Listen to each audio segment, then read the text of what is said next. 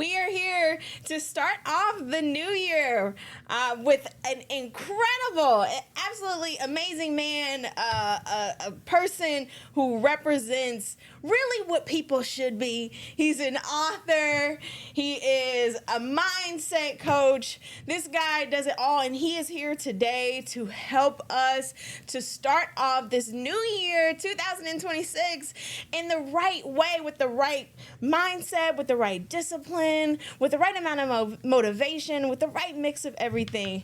David Gibson, how are you doing today? Deja, I feel amazing. It's an honor to be here. I had to sit back for a moment and really wonder who you were introducing when you made that introduction, but I'm glad to be here. Yeah, you are someone who I think most of us who have the opportunity to encounter you on a daily basis or a consistent basis, like I formerly did when we boxed together. Yeah. We get to experience like how poised you are in like human form. It's like unbelievable. Yeah. Like, you're always on with your level of discipline and motivation.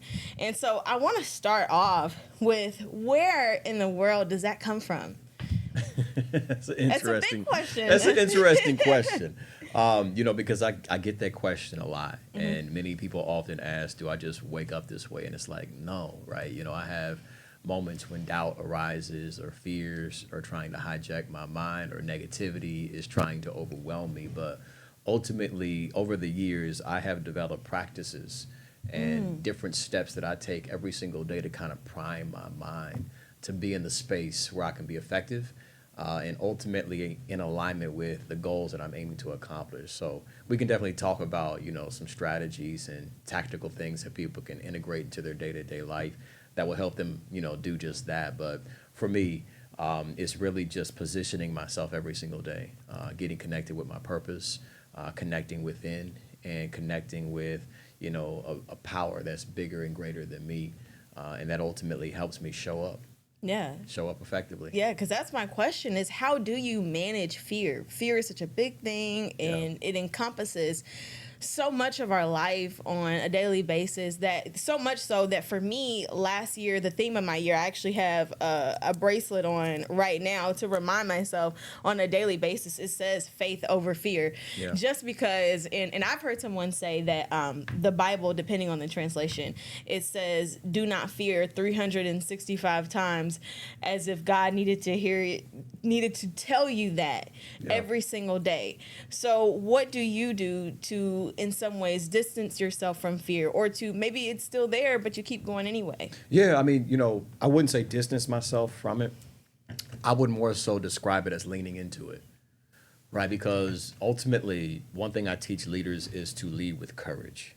And Mark Twain once said that courage is not the absence of fear, it's the resistance of fear. It's you feeling the fear and you doing whatever it is that's intimidating you. So to overcome fear, first and foremost, you have to be mindful of it. Be aware that you're in this emotional state that's attempting to suppress your potential or hinder you from stepping into something new or accomplishing something that you're aiming to achieve in life. Once you build that awareness around it, now you can be empowered. I tell leaders that self-awareness is the first step to self-empowerment. As I become aware of this fear, I can understand how it's influencing me. Okay. And then I begin to connect with, okay, what am I aiming to experience? What do I want to accomplish? And what's the purpose behind that? So ultimately, as I connect with the purpose, that purpose therefore drives me beyond that fear, right? Because again, what we fear but never face is always going to control us.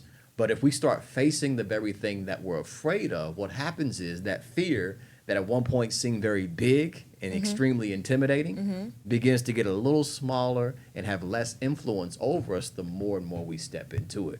Whether that's speaking in public, whether that's posting online and sharing your story, creating content, whether that's starting a business, the more and more you take daily steps towards the things that intimidate you, the more confidence you develop, and the more confidence you have, the better your results. Yeah. You said one thing, and I'm going to ask you about it because you said so much there. There's so much that you pack into even a little bit. Yeah. How does someone, if they're a little bit nervous or they're worried, how does a person find their purpose? Like, what does that look like? How does that show up? Because a lot of what you've said ultimately goes back to connecting to purpose. Yeah. So how do you? To me, it's a bit of a big question. It's a bit of a hard question, but we Yeah. hear it all the time. How do you find that? It's an extremely packed question, Deja, but to answer it, I would say first and foremost, the process can look different for everybody, right? There's no one path. There's, more than one way to skin a cat, as the old cliche saying goes. But for me, what I begin to identify is the areas where fear often tried to attack me was often an indication of where my power lived, right? Something I teach leaders is that what the enemy sends after you is an indication of what's at work within you, right? So that's good. if you begin to identify the areas where you feel discouraged, you feel doubtful, you feel insecure, in many cases, these are often indication of what makes you gifted, what makes you special, what makes you unique. So you want to start exploring those things. For me, for so many years, Deja, for me to step in front of a camera, for me to step on a stage and speak publicly and to inspire people, if you would have asked me that 15, 20 years ago, like, hey, is this what you're going to be doing? I would have laughed at you. Yeah. Right? Literally, because I grew up as a very quiet and reserved person. I was afraid to speak in public, right? Sure. But nonetheless, to make a very long story short, I began to identify that the areas that were aiming to be suppressed within me by fear were often the areas where I was gifted and I can provide the most value unto others. So I began to just literally do the very thing that my thoughts are trying to convince me I couldn't do. Yeah. And therefore I understood I don't have to believe everything that I think. And I started taking those daily steps in doing this thing that started to create some type of passion within me. The more and more I started connecting with a purpose and understood people need what it is that I have to offer. And the same is true for everybody that's under the sound of my voice right now, right? You've got a gift, you have a talent, you have some skill set, you have some unique ability within you that other people need. God has invested this gift within you. It's up to you to lead your life with courage. Yeah, that's easier said than done, but I Very know, much so. I know what that's like, because for me, I never thought that I would be on camera or doing anything on camera, because for me, I've always been more of like a newspaper person and somebody who writes. I'm a digital producer, and that this was something that like being, doing this literally right now was something that I was nervous about, but at the same time, it was like I was also called to it, and I was like, this is like the next step, and this was like, this is what you need to do to help push the message, that you want to get out there, that you have within you. This is another way to reach people. This is another vessel. And so it is oftentimes on the other side of fear, that result is on the other side of fear. So if somebody is getting started in the new year and they have some goals, number one, how would you say that they should set their goals or manage their goals or go about their goals in any way? Okay, so you want to get into like some practical things that we can begin to do to position ourselves for a monumental 2026. Absolutely. So first and foremost, here's what I suggest. Before you even take steps forward, start reflecting on where you've come and where you are, right? Take a moment, everybody listening, take a moment and really acknowledge how you've grown, right? How you've grown in 2025. Begin to look at that. Begin to look at things that you accomplished. Yeah. That's really good, because somebody like me, I do not take a second and look at anything that I've accomplished. I'm always like go. And we've been conditioned to do that. Next step. Especially in hustle culture, American culture. There's a bit of like you are what you've produced, you are what you created, like that you are your next steps. And so, it can be difficult to go back and celebrate. To your point, Deja, like we've been conditioned to focus on the next thing. What's up next, right? And one thing that I teach leaders is that one of the most powerful yet underutilized tools is really self-reflection. Like iconic leaders and, impactful leaders, they grow in areas like personal growth, personal development, and at the same time, self-reflection, where they reflect on how they achieve certain things, areas in their life where they can be better, right? What emotional states were driving their interactions with others, what thought patterns were influencing how they showed up in specific spaces, so they can begin to identify the necessary adjustments that they need to make in order for them to scale and move forward, right? So again, getting back to a practical step that we could begin to take, begin to reflect on your year, right? What have you accomplished? What have you achieved? What are some of the areas in which you've grown? What are some of the lessons that you've learned, right? Really soak in on that for a number of different reasons. A lot of times we can be so focused on where we want to be and the things that we want to experience that we don't take time to acknowledge how far we've come. Right. Right? Like there's areas where you've grown, but it's hard for you to notice because again, you're locked in on how far you have to go to get to that specific destination. So from a self-esteem, point of view, this will help you begin to enhance your confidence and that confidence from within on your ability to just move and scale and build progress and momentum. So that's step number one. Reflect on the year. Then begin to identify what were some of the habits that stunted my growth and my progress. What were some of the habits that helped me accomplish specific goals? What were some of the beliefs that held me back from certain opportunities or experiencing certain things, right? What were some of the environments that I put myself in that work towards my goals or maybe hinder me from taking steps towards those specific outcomes, right? Really building awareness around, again, your thought patterns, your emotional states, your habitual behavior, the environments, the relationships that you've been surrounding yourself by, and really starting to gain an understanding of where you are, right? Then, as you begin to assess that, then what you want to do is set your intention. What's your intention for the year? Who do you want to be? What do you want to experience? How do you want to feel? How do you want to show up, right? Before you even get to the specific goals, set the intention on how you're going to show up as a leader, right? Then, after you do that, I know I'm throwing a lot at us in a very short period of time, but ultimately you can then begin to dissect specific goals and outcomes and experiences that you want to create. And you want to make sure you're being very specific with these things, be very intentional with these things, and don't throw too much at yourself, right? We often overestimate what we can accomplish in a year, but we underestimate what we can accomplish in a long period of time, right? Just understand ultimately where you want to go, who you want to be, and what you're aiming to experience, and then get very specific about that. And then we can dive deeper into what that looks like on a more specific level. But 30,000-foot view, that's how we step into 2026. Okay, so I heard just a little bit, at least anyway, a SMART in there. Somewhat. I hear about that, at least the specific part, and maybe a bit of the measurable part, and having that kind of like thing where you tap in with yourself. What about I know we talked about self-reflection a little bit, but what about a celebration? What does a celebration look like for you?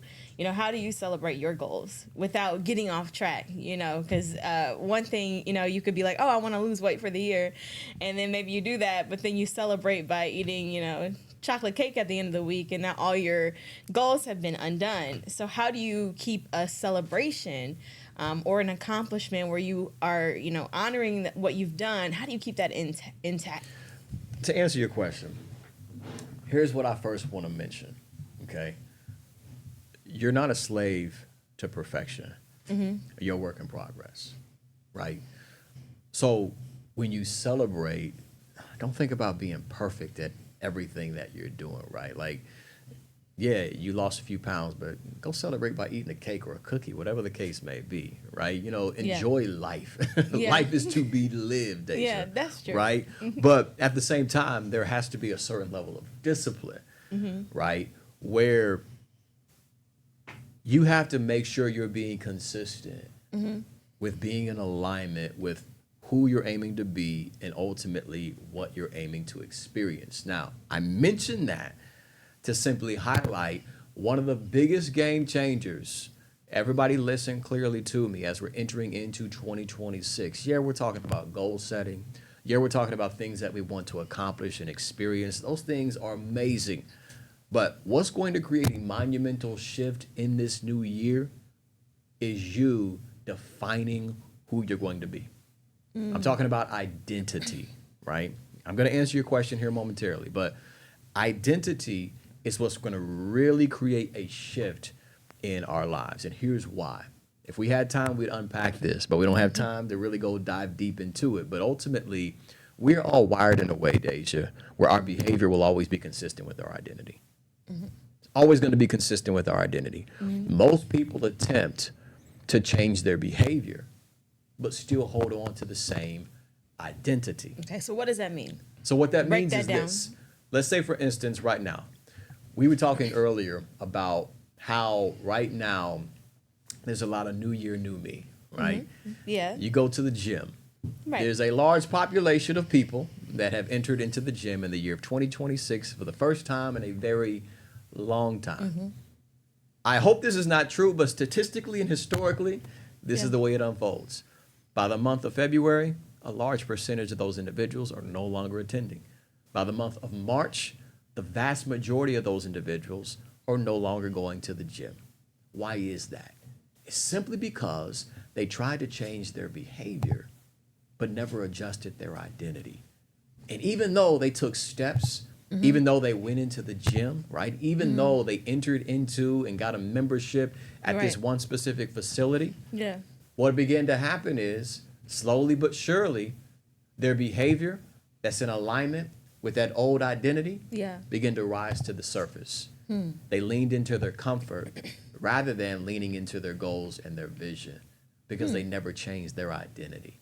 Now, answering your question, if I shifted my identity at the top of the year as the type of person that doesn't miss a workout, the type of person that makes healthy choices, the type of person that values their health, and they make choices every single day that are in alignment with that type of individual, if I eat a cake one day, that's not going to throw me off Yeah. because I shifted my identity, right? I've identified with this person. I'll resort back to that same behavior pattern. That's why I say you shifting your identity is where it begins. The question though is because I hear what you're saying. I get what you're saying. Yeah. Part of me feels a bit like that's easier said than done. Oh, it's not this. It's not something that happens by the snap of your finger. Yeah. So how does it happen? It happens by you first and foremost setting the intention, and then you have to reinforce that identity in a number of different ways. Reframing your thought pattern, empowering your belief system, right? Shifting your emotional state. And here's another key factor, changing your environment. If I'm surrounding myself with people who are constantly making disempowering decisions, who are constantly making self-sabotaging choices, ultimately, I'm going to pick up on that energy and that vibe. Yeah. And I'm going to be a part of that program. But what happens when, say, for example, you live with them, or you're married to them, or Yeah. they're your children? What happens when you're in an environment where it's kind of like you work with them? You can't, in some ways, you can't get out of this. So, like, I could be in a house and I could be like, I'm on a diet, but then that doesn't mean anybody else in the house is on a diet, Yeah. and diet is a simplified, thing that we can talk about. It can certainly get deeper than that, but that's one, example of what if you are in a situation where you can't leave an environment. Yeah, so that's a great question because these are real world scenarios that many people are faced with right now, Yeah. especially as we step into the new year.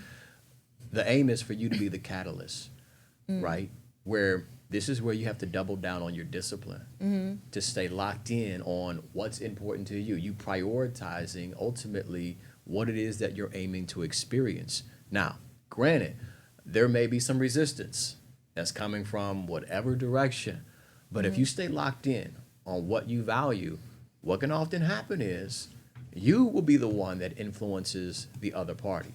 You can be the one that changes the trajectory of your family's health. You can be the one that breaks a generational cycle by you standing your ground. Now, of course, that environment that you're in physically may be a hindrance.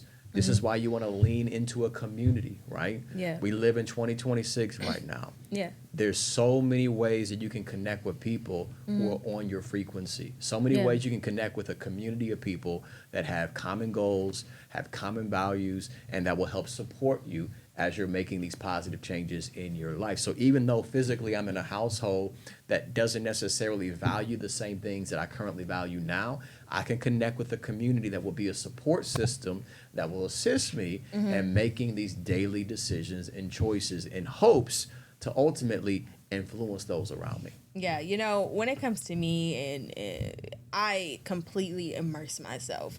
I do live with people who, everybody does their own thing. But in my car, when I'm driving, I listen to, say, Audible, and it's going to feed me advice and tips. And, Masterclass is going to feed me advice and tips. And David Gibson is going to feed me advice and gives on the live. And so there's that, and then there's I read my goals off to myself every day. I have to constantly remind myself, because like my theme for this year is worthy. I can say that, but that's just a word if I don't put anything behind it, if I'm not constantly reinforcing it, if I'm not constantly reminding myself of it. So, I can have this identity shift on paper, but it has to show up in other ways. And there has to be these kind of, right now I'm breaking it into bite-sized steps as to, okay, like you have this big goal for the year, but what does this actually look like on a daily basis? Yeah. And because you can't get to this big picture if you don't, you got to take the first step, as I would say. Yeah. But I want to ask you about who is David Gibson? Who is this guy? Who is the man behind all this advice that you've given us? And also, how long have you been doing this? That's a packed question as well.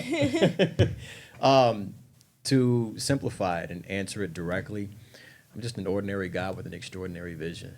I'm on a mission to empower leaders to think with more clarity, to lead with more confidence, and to show up consistently and do the things that align them with their goals. I'm a firm believer that everybody has a purpose, and with the work that I do, I'm on a mission to help align individuals with their purpose so they can add value to humanity. Again, to make a very long story short, I got laid off in 2013 from a corporate sales position that I was working at the time. And ultimately, in that moment, I made the conscious decision that I was no longer going to do things that didn't express my heart. And God had given me a vision to speak and to encourage individuals to become the best version of themselves. And to be honest with you, Deja, I was in a state where I'm like, God, I find it difficult for me to encourage someone else. How can I encourage the next man or the next woman? But ultimately, I started leading my life with courage and stepping boldly outside of my comfort zone, just making it a goal to inspire at least one person every single day. And doors of opportunities began to open up. Started off speaking at different events and then traveling to speak at different conferences and speaking for organizations, started building my online community. Fast forward to today, I've been blessed to speak internationally. Speaking is really just my main focus, and then speaking turned into coaching, mastermind groups. I have online communities where we empower leaders, entrepreneurs, business owners, helping them show up effectively. And then we have a media production company where we create content that is all designed to help individuals tap into stories that inspire them and intrigue them and ultimately empower them to take bold steps towards their goals and their dreams. But ultimately, make a very long story short, just got laid off and made up my mind I was going to create value. And here we are. Wow, I'm super excited to hear that. And, because getting laid off and having one of those kind of monumental things that happen in life, that can be a shift where, you can go one way or you can go the other way. And I'm really happy, that you have produced amazing results and that you share that with all of us through different things. So tell me a little bit about what is Elevation is a Must. So Elevation is a Must is a personal growth platform that ultimately is designed to provide leaders with the tools, the strategies, and the insights to help them grow, build, and scale their ideas. That's an umbrella where, again, it encompasses speaking services, my coaching services, as well as different online communities that I host for different groups of individuals, including entrepreneurs, content creators. It's a statement that really I live by. What it means to me is ultimately every ceiling that we bust through is the floor to our next level. Daily gradual growth has always been the focus, and constant and never-ending improvement. But ultimately, it's a platform that's designed to help individuals become the best version of themselves. Yeah, awesome. So now tell me about what is Quest, a little bit more about that. So you're diving into a number of different passions that I have. The Quest was something that was birthed out of the pandemic. Of course, in 2020, all of us had time to sit down and reflect on life as, everything was at a standstill. And Deja, I was in a position where I was questioning and wondering, how can I add more value? And as I'm asking myself this question, the way the mind works, ask and you shall receive, right? My mind began to go on a pursuit to discover different pillars of passion that I have. I identified I'm passionate about storytelling. I'm passionate about filmmaking, and I'm passionate about empowering leaders. And ultimately, the concept of the Quest was birthed out of that. And the Quest is a project that I developed that is designed for 3 reasons. Number 1 is to amplify the stories of small business owners. As you know, when the economy begins to plummet, small business owners are often hit the most, and they're impacted the greatest. So I want to be able to position myself to help share the stories of small business owners in hopes to build awareness around the wonderful things that they're doing within our community. The second pillar and third pillar is that I wanted to inspire and empower aspiring entrepreneurs and business owners in the early stages of their venture. Because I don't know about you, but I'm quite sure, there's people that we've come across that have great ideas on a product or a service that they can bring into the marketplace, but they often assume, I can never do that, right? They see somebody operating in a business and running a company, and they have this limiting belief that this could never be me. But through the power of storytelling, we begin to showcase and highlight that people that are running businesses, it's not that they have something specific in their DNA that enables them to run an entrepreneurial venture, or it's not that they have all the resources and they have all the handouts or, all the connections that give them access to certain opportunities, but really it's just individuals that made up their mind, I'm going to build this from the ground up. They're persistent, they're resourceful. And through the power of storytelling, we get to showcase that, to inspire people that are on the fence when it comes to starting that business or stepping into this idea and bringing it into the world. So with the Quest, we went on a journey, or a quest, so to speak, hence the title, to dive into the stories of business owners. We started off here in Indianapolis, and we go into the business and learn more about the business owner's story, what they're up to, the things that they did to create that specific business, and ultimately the day-to-day operations, startup costs, things that were entailed with them building this thing from the ground up. And then we also talk about some of their challenges, and we bring in consultants that help to provide coaching services, and we document all of this and package it into an episode, and then we share it with the world. Yeah. Wow. I know you said filmmaker. Do you film the things themselves? Yeah. Okay, so we're hands-on, my team as well. We dive into it, and it's a collective effort. Yeah, I say that because on the when I was looking at the videos here, and I thought this before because I've seen some of your work. I was just like, this is such good filming. Thank you. You can capture something, but then it's like you can tell sometimes there's a difference between somebody who's just stood there with a camera and a professional who really knows what they're doing, or someone who's really taking the time to learn.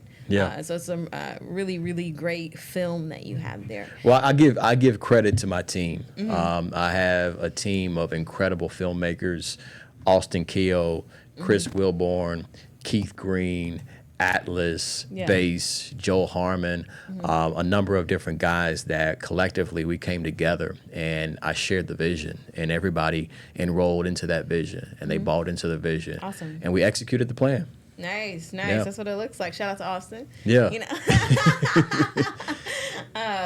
it was right out here off to the side with us.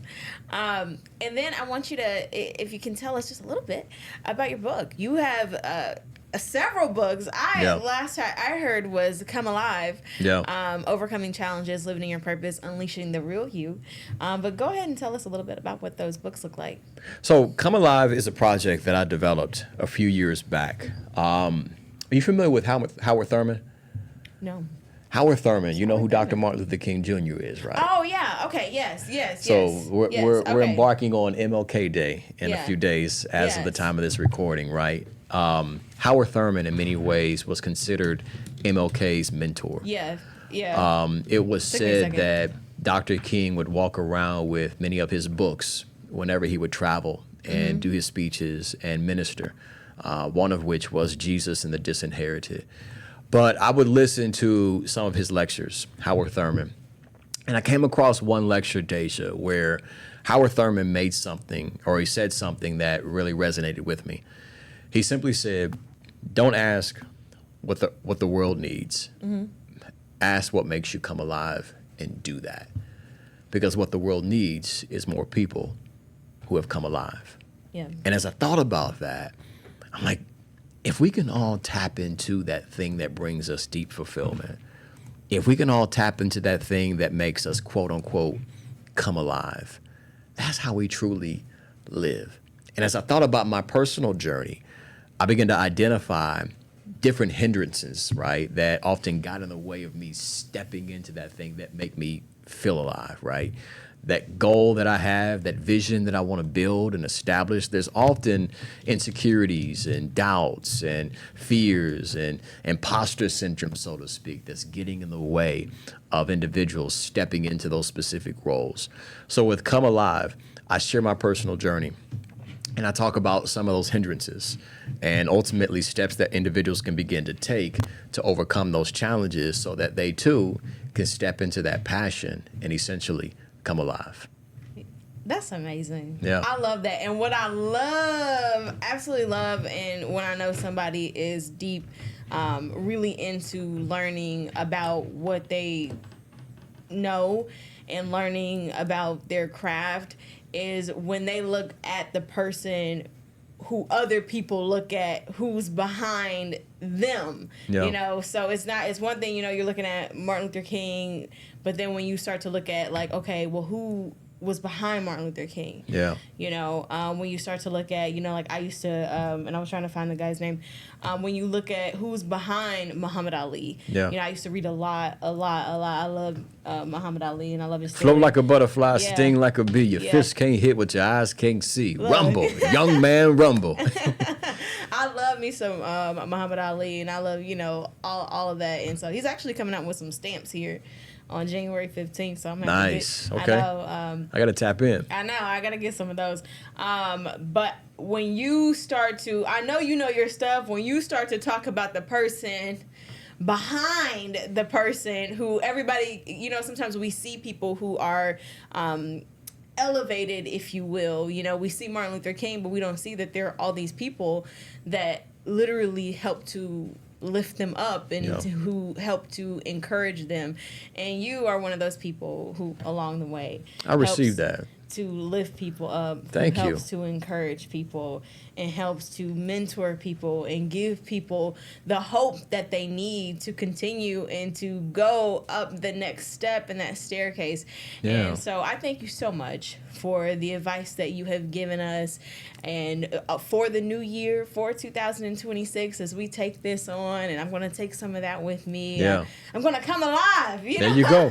There you go. I'm a big fan of yours and of motivational speaking, you know, Yeah. because, you know, I listen to it in the car. I listen to it when I wake up. I listen to it all the time because, you know, what goes in you, you know, is what comes out of you. And Yeah. it really does start. It's simple, but it does start with belief. Yeah. But it's funny because it's simple, but it's not always easy. Exactly. And I think that sometimes people confuse those two things. I think simple, it's easy, simple, but Right. not necessarily. Yeah. And you are doing something that is very hard, and I'm so proud of the work that you've done. It's incredible. I learned here today that you were an international speaker, Yeah. and that you also do this full time, Yeah. and that people can they can book you as a coach. Tell me about how they can book you for a second here. Yeah, you can definitely go to the website, elevationisamust.com, to learn more about my speaking services as well as my coaching services. You can also visit my website, joingrowthcircle.com.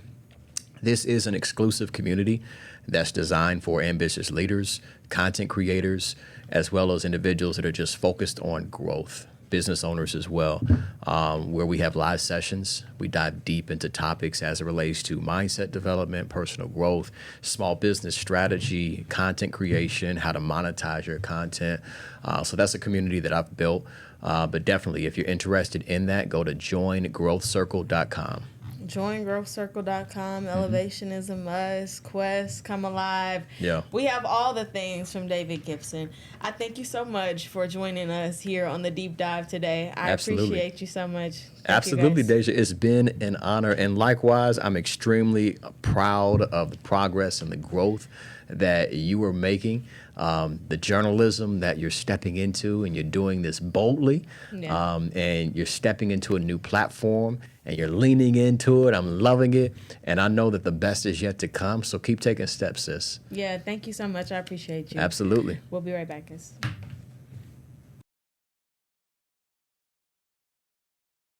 We are here with an amazing woman. Have you ever found yourself doing a DIY? Well, she does that full time. She shows us the best of what we can be through crafts and through artwork and through her inspirational projects and what she does. She is absolutely an amazing woman that we are blessed to be here with today. Alicia Thomas, how are you doing? Hi there. I am well. How are you? I'm doing good. I'm really excited to be with you. I know. It's been years since Yeah, I've seen you. it has been years, you know. Since I took one of your classes. I was lucky enough to take one of your classes. I took the cricket class, and my cricket is still, actually, you know, we said this off camera. It's still in the box. I lost the cricket. You know, I don't know. How do you lose a cricket's like this big? I get that a lot. Some people take the class for just to have something to do or just to learn about their cricket, and they never touch it. So long as you have the experience, I feel like when you pull it out, everything is going to come back to you. Yeah. So don't worry. I'm not mad. I'm going to take another class. Don't worry. My printer's still in the box. I was so excited. You need a refresher at this point. I do. I'm going to come back. I was so invested. I really, honestly, I was so invested. You know, I think part of when you do like a bit of a DIY type stuff, I feel like you need a dedicated space. Yeah. And I think that may have been a part of my problem with. Most definitely, because I started in my kitchen, so the space, the clutter, it can hinder you from actually doing the vision. So I see it. It can hinder you from doing the vision. But, you know, it's interesting that you say the word vision, because we're here with you because we want to learn how to make a vision board for 2026 as we get started. We're in this, you know, New Year episode. And so how does a person, if they want to get started making a vision board, and I'm going to tell you, I make a vision board every year. I consider myself having elite levels of vision board making skills. But I know you're better than me. So what is some advice on making a vision board? So my advice is, first question to you, when you make your vision board, do you make it by yourself or do you make it with friends? Me? Yes. Yes. I thought you were asking, like, you know, I've made it almost always with friends. Okay. So that's what I was going for. It's best with friends because sometimes they help you. You know, the ideas that they throw around, not saying you have to do that same exact idea, but it just gives you the motivation to be around friends, to be around family. You're motivated. You're crafting. You're in that moment. Yes. So to do a vision board, you want to be very intentional about what do you seek for the year. So hidden fact. It's not really a fact, but my vision board for 2025 was the best vision board to where I'm still working on that board. I started a new board for this year. However, 2025 meant a lot to me, so it's still there. But to create a vision board, you need all the materials, and sometimes when I have my events, not even sometimes, all the time, I supply all the materials. The board down to the glue sticks, magazines, cutouts, stickers, cardstock, you name it, it's there. Because I want you to have a variety of options. You never think of something until it's right in front of you. Yeah. So to have that, oh, those are my intentions. I want that sticker, you know. I want that piece of a magazine. That word stands out to me that wouldn't stand out to you if you were just at home somewhere. And that's really helpful, because when I think about making a vision board, I just think about going and finding some old magazines and scissors and glue. And I mean, you know, I have something to stick it on, but like I actually went to somebody's vision board party a couple years ago, and they had stickers and they had different things like that, which I hadn't even thought like, oh, that's a good thing to add to it, you know, in terms of like making it a little bit meatier and have more depth, and even like, you know, verses and scriptures or like some kind of a, you know, quote helps. And it's also great to have sticky notes too, because if there's something that you don't see but that's on your mind heavily, like you said, Bible scriptures, some of that isn't in magazines, or you know, not everybody has that sticker, or religion, you know, we don't know. So to have sticky notes, you can put those verses down. That means a lot. That's your intention. You're seeking forth the new year. So absolutely. Then that just makes me think maybe I need to keep like some sticky notes next to it. So then you can, as you decide, okay, like I want to move this way, I want to move in that way. Exactly. You know, and I'm going to give people what my personal best tips, because I got to tell you, I get so sad seeing all these sad vision boards every year. I'm like, you know, you guys got sometimes they're so, what has helped me over the years with filling out my vision board is to fill especially if it's a big poster, to fill the board and to some extent, because sometimes when you cut it out of a magazine, you only have these little pieces, which is fine if you're doing it on, you know, a piece of paper that's like a, you know, an 8x11, but if sometimes you have to have like bigger things in order to fill it, otherwise you'll have this humongous science board and that's project. where I'm going for. So with my boards, you know, the big white poster boards, I cut those into 4s. See, because you don't, a bigger board, your vision is going to be super humongous. You feel like you need to fill it all up. Yeah, and if you don't fill it up, it looks like empty. Like it looks like it's just space. Yeah. You know, so speaking of space, I don't want you to space out. I don't want you to lose those intentions. So maybe a smaller one. Yeah. That's so what all I my need to boards do. are like an 8x11 because it's simple, it's to the point. Knock it off your goal list. Yeah. You know? And you know what is cool about an 8x11 that I haven't thought about is that you can carry it around with you, likely. You know, if it's I started smaller. to bring mine today so you can see, because I feel like I snapped on it. But yes, most definitely in the car, in your laptop, your backpack. It's helpful. Okay. So any more tips on the vision board? Any more tips? Be realistic. Okay. So I know we all want to be millionaires, and you know, we want to be that girl, which I am.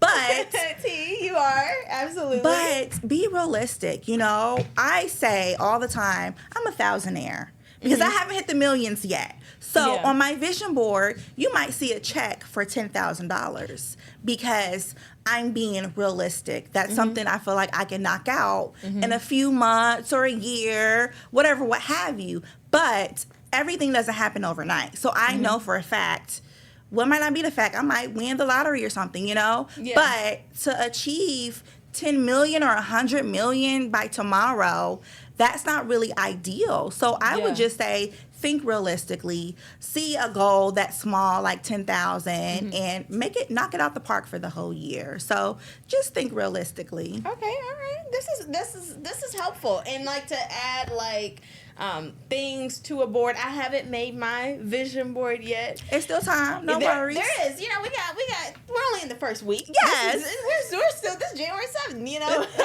We're and when this airs, it'll be January. It'll just be a couple of days from now. Absolutely, there's time. There's plenty of time. It's a January thing. Yes, there's time. So tell me about who you are. What in the world is Craft Connections? Yes, so Craft Connections is a big pillar of crafts. And when I say pillar, it's because it's a lot of entities in that one business. So under Craft Connections, I go to individuals' homes, the neurodivergent community. I go to their homes and do one-on-one sessions with them and provide art classes. I do a community for women 21 and up where I host craft classes. The next one is January 16th. And that is Collage and Connect, where we'll be making paper portraits. That one is free. The second one is January 24th. That's a Saturday from 4 to 6, and we will be making soap. So, yeah, each month is a different activity with these women in the community. Outside of that, I host the cricket classes, as you know. Shame on you.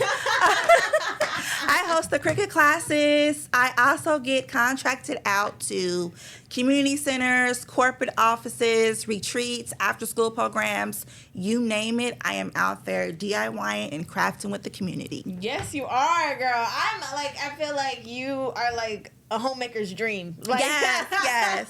Like, this is like what dreams are made of. I'm so proud of everything you've done and all the things that you've accomplished. There's so much because sometimes when it comes to DIY, just like me, you just give up. There are things that it just kind of sits in the corner and it just doesn't kind of make it up. You just never really make anything. I feel like of it. I'm the TikTok friend. You know how some people are scrolling and they see ideas of different DIY projects and they want to do it? I'm that TikTok you go to in person to do that DIY project. So that's how I look at it.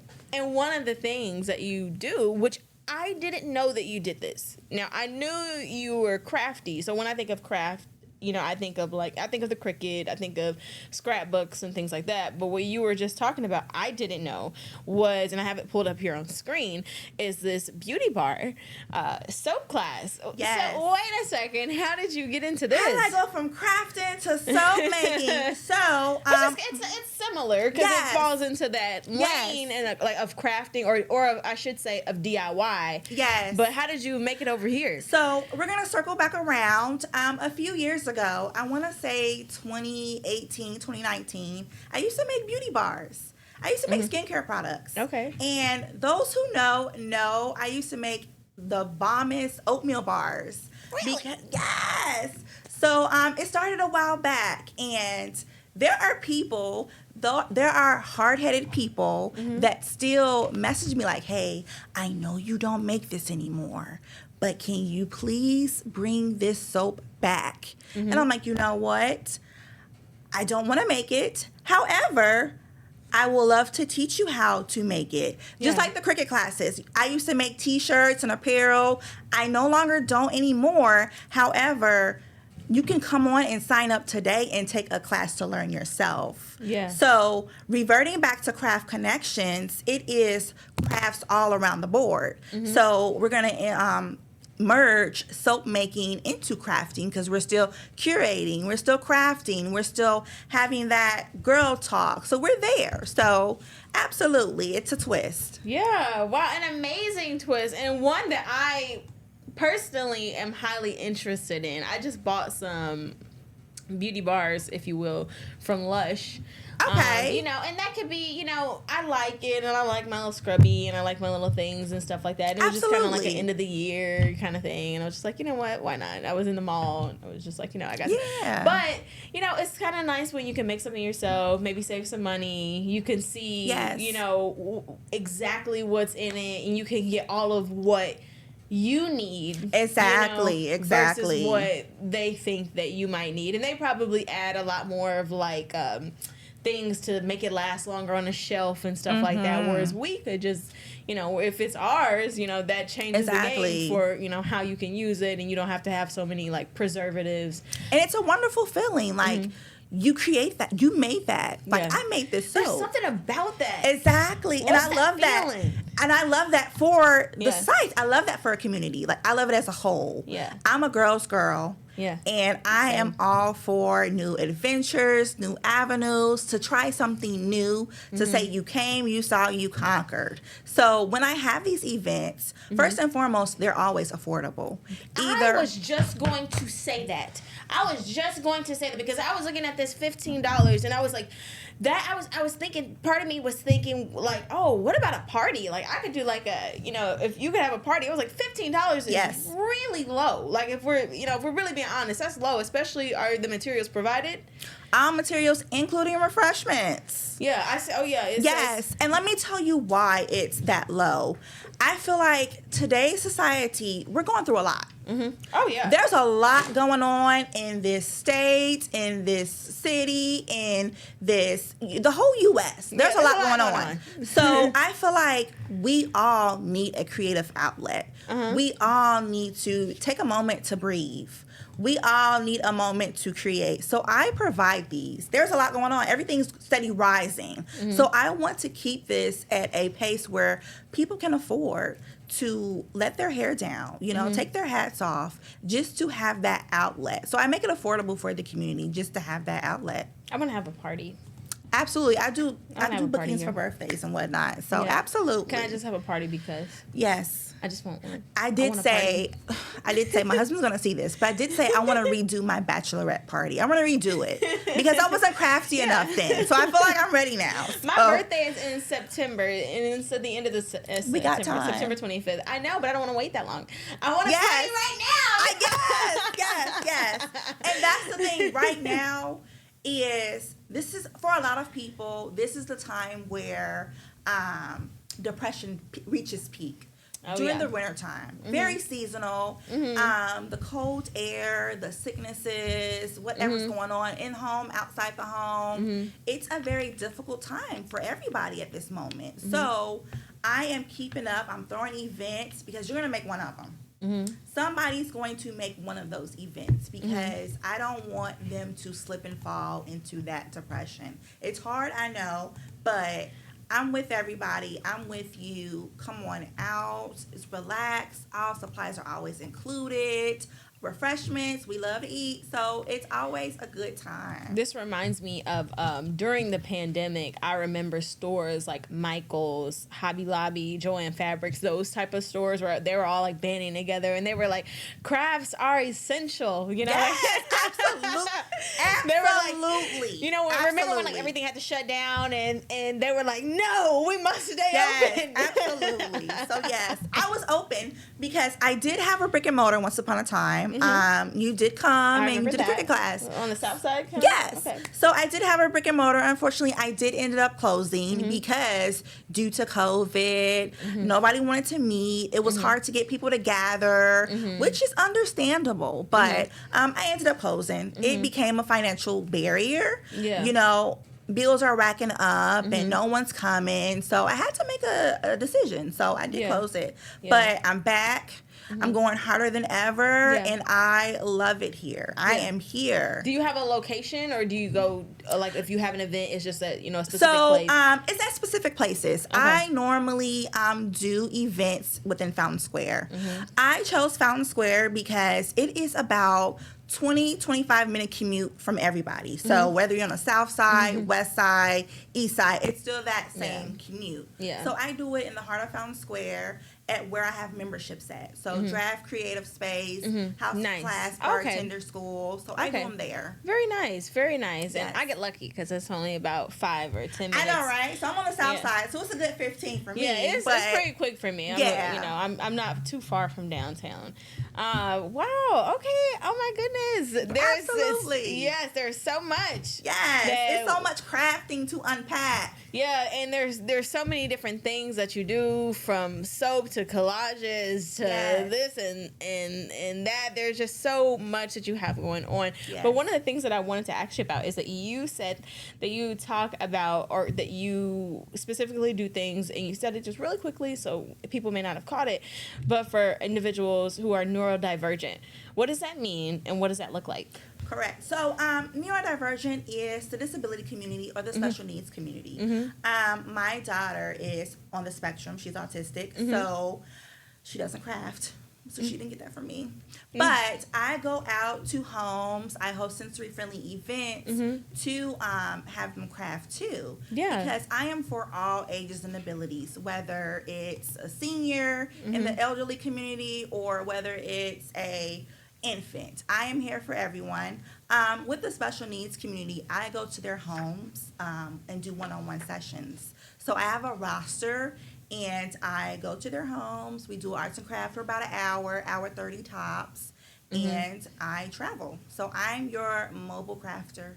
Yeah, and I know for a fact that people can book with you. I work with you. You remember the... Of course. I like Scooby-Doo. Yes, you made a Scooby-Doo t-shirt. Yeah, that's... I don't even know where that's at now, but I did make it. I know. I love Scooby-Doo. And it's just like, why am I going... Well, why would I buy something from someone when I could literally make that myself? I know exactly how to do that. I have, if I go dig through some drawers, surely I will be able to find... I had like a cricket. I had the cricket. I think it was called like a Cricket Joy. Whole works. Yes. I had all these different things. Like I got so invested in it, but then it just kind of got moved off. Mine was on the kitchen table, and then it kind of just got moved off. Then it gets moved to the side. Then it gets moved in a box. The closet. And then it's just like, what happens to it. So I'm happy that you're here because you remind me to think about those kind of things that sometimes we put in the back of the closet. Those fun things, those soft things that take us back to ourselves. And it's time. We all have hobbies, but to dabble into something different and creative, once you go cricket, it's hard to go back. So I know you never touched it, but once you touch it, I didn't really get into the world in the way that I should have and I wanted to. I just I wish that I had more space. Sometimes I wanted to be able to can I rent a space downtown just so that I can have a place where it's not all jumbled up with other stuff. And so, but this reminds me to take the space, and my homework assignment, and I'm going to do this. I'm going to get some pals, and we're going to make a vision board, and I'm going. What I learned is I'm going to put it on a smaller board. Poster. Yes, the smaller the board, the clearer the vision. I kid you not. Yeah. So, yes. Wow. That's really news to me because every time I always see it's big. It's the big gigantic. And I've learned through my mistakes as well because I hosted vision board gatherings since 2019. So I started with the big boards and.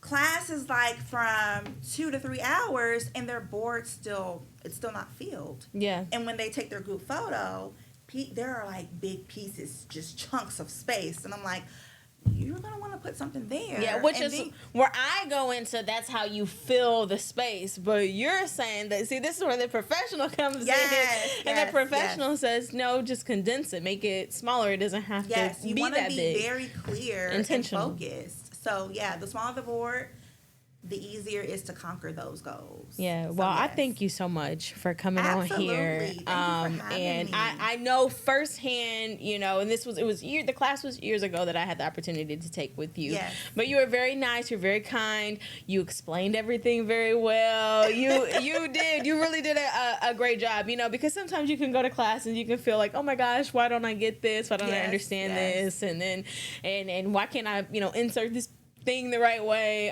but you were absolutely a gem. Thank you. And I appreciate that. I really appreciate what you're doing with Craft Connections. I'm looking forward to the events that you have and the classes that you're going to host, and maybe host to my own party. Absolutely. If not before my birthday, maybe during my birthday. Yes. I love fun stuff like this, and but don't worry, there will be more free events throughout the year. So. Yeah. Oh, and free events too. Yeah. Free events. Yes, I just received a grant from the Indiana Arts Commission and Arts Midwest to host more free craft club. We call it craft club because we want to bring creativity and community together. So the event that's on the 16th, that's one of the free ones because that's when the grant cycle starts.